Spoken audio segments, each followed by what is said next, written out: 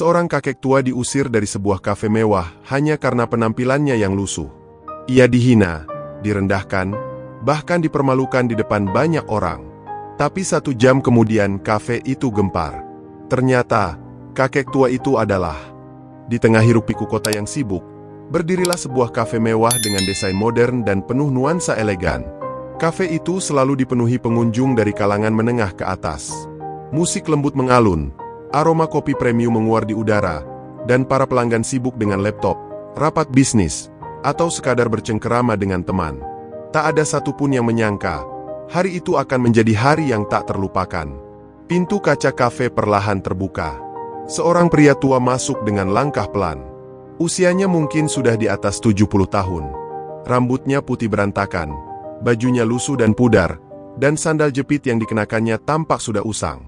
Di tangannya tergenggam sebuah amplop lusuh dan dompet kulit yang sudah terkelupas.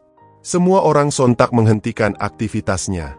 Tatapan heran dan bisik-bisik mulai terdengar dari sudut-sudut ruangan. Para pelanggan saling menatap. Ada yang memicingkan mata, ada yang menutup hidung seolah mencium aroma yang tak sedap.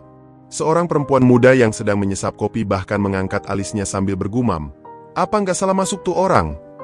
Karyawan di balik meja kasir juga tampak bingung. Seorang barista muda menunjuk ke arah pria tua itu dan berbisik kepada temannya, "Kok bisa masuk? Nggak ada yang jaga pintu, ya?" Namun sang kakek tidak memedulikan semua tatapan itu. Ia berjalan perlahan menuju meja kasir, mencoba membaca daftar menu yang tertulis di papan digital.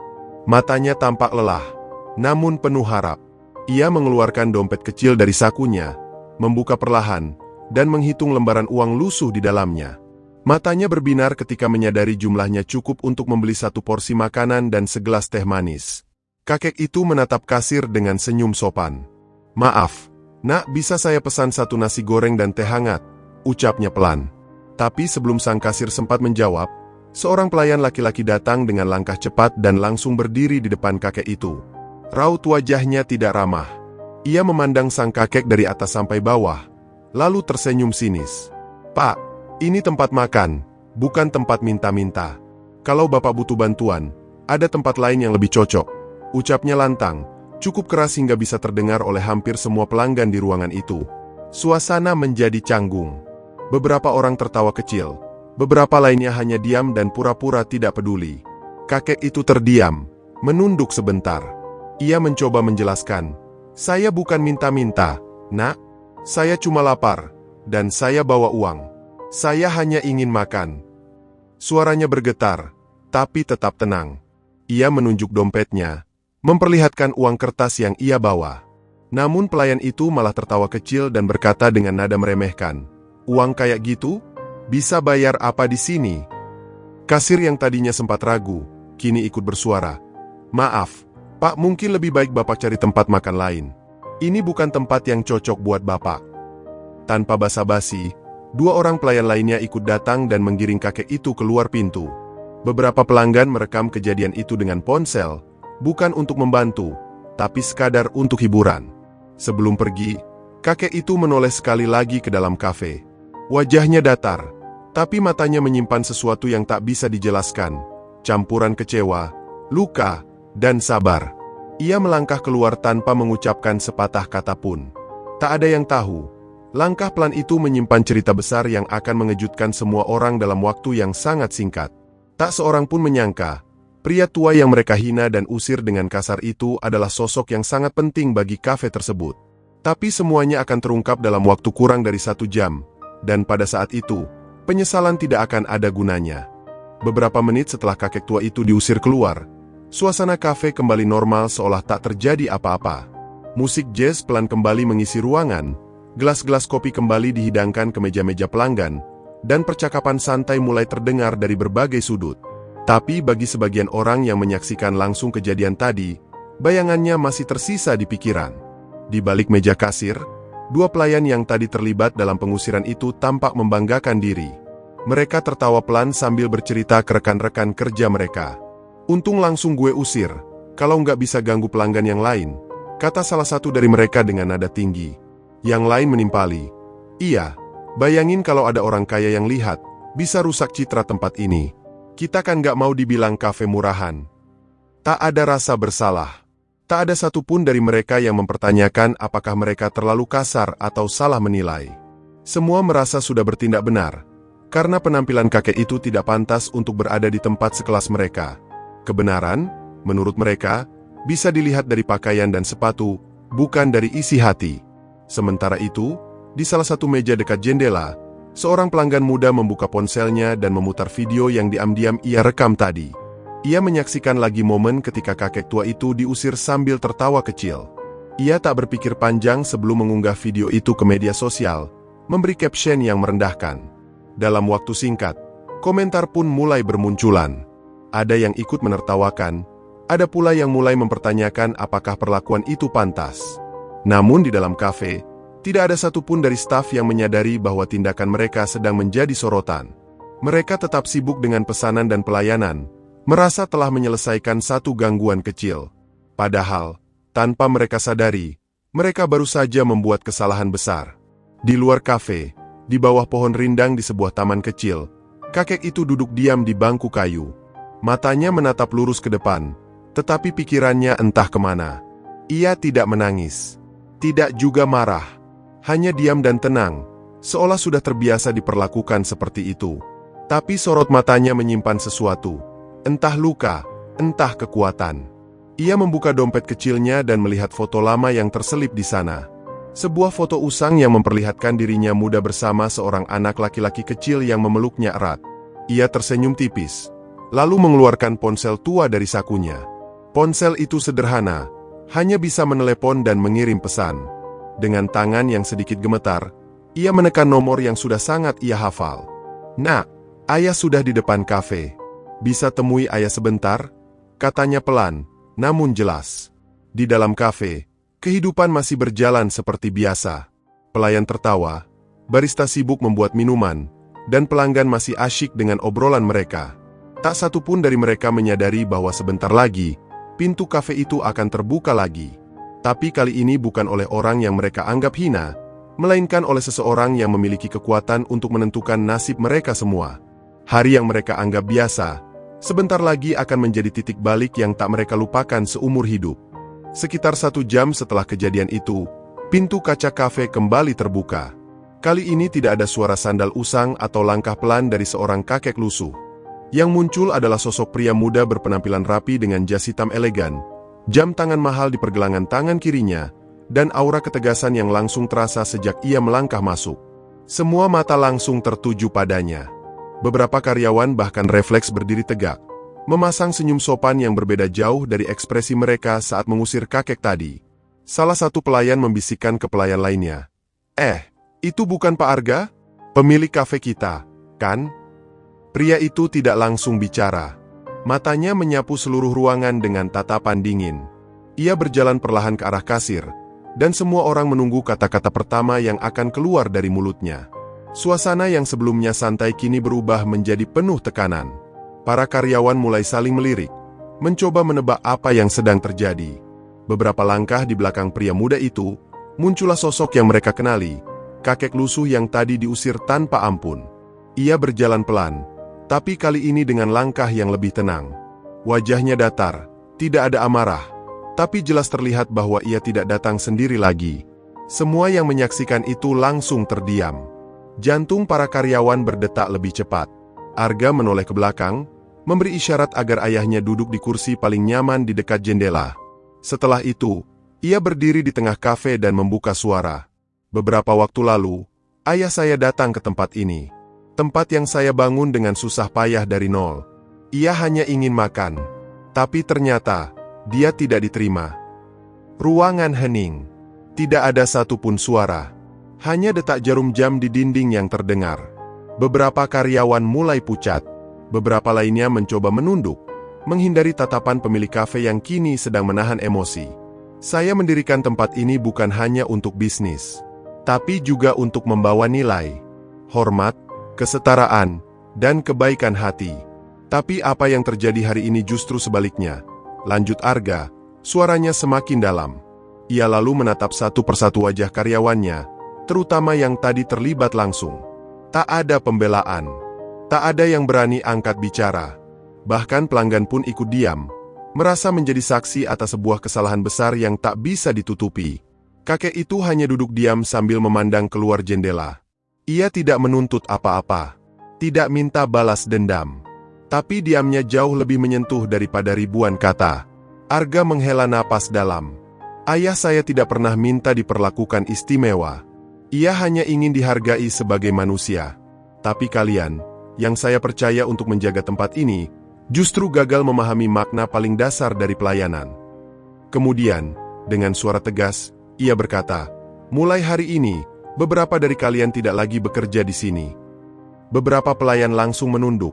Wajah mereka pucat. Tidak ada protes.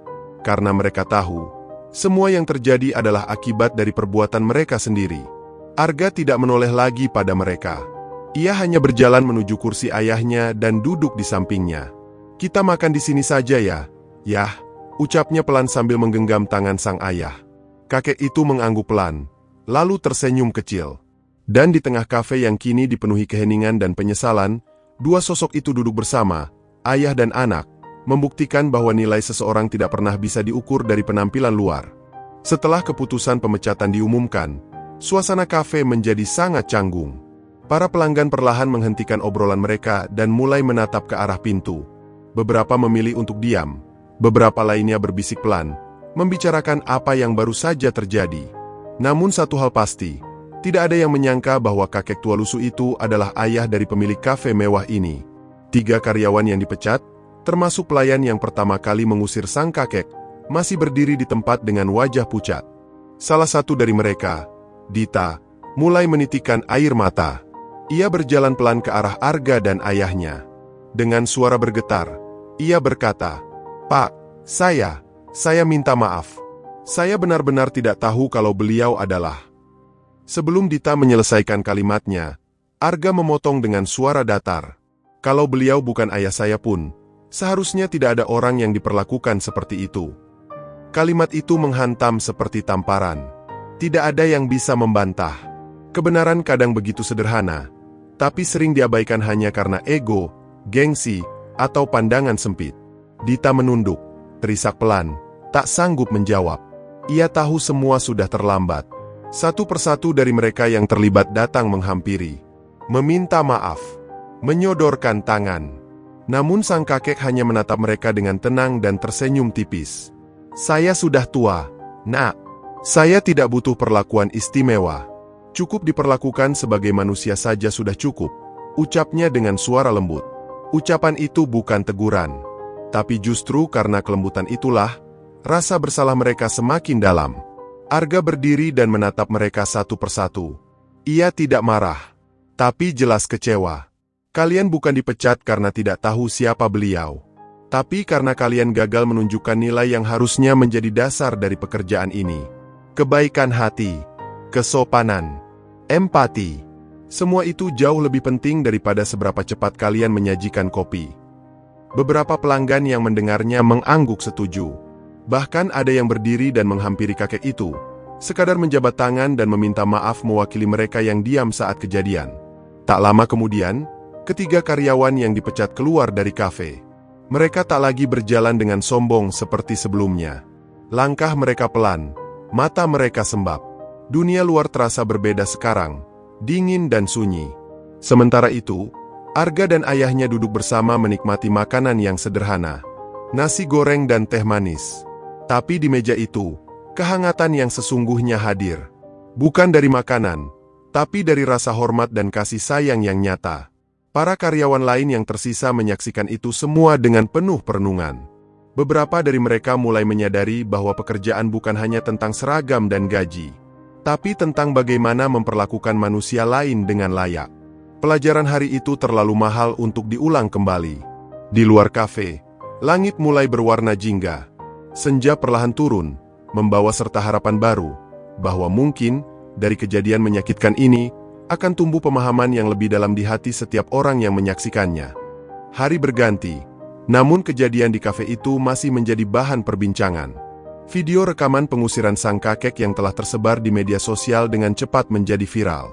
Ratusan ribu komentar membanjiri unggahan tersebut. Kebanyakan mengecam perlakuan kasar para karyawan terhadap seorang pria tua hanya karena penampilannya. Namun di balik viralnya cerita itu, ada perubahan nyata yang perlahan tumbuh di dalam kafe tersebut. Arga, sang pemilik, tidak hanya memecat 3 karyawan, tapi juga mulai merombak total cara kerja dan budaya dalam timnya.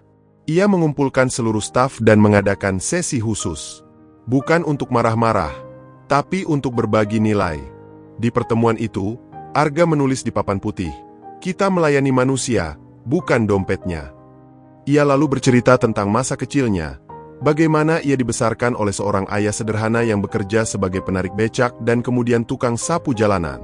"Ayah saya tidak punya banyak uang," katanya, "tapi ia selalu mengajarkan satu hal, jangan pernah menilai orang dari penampilannya."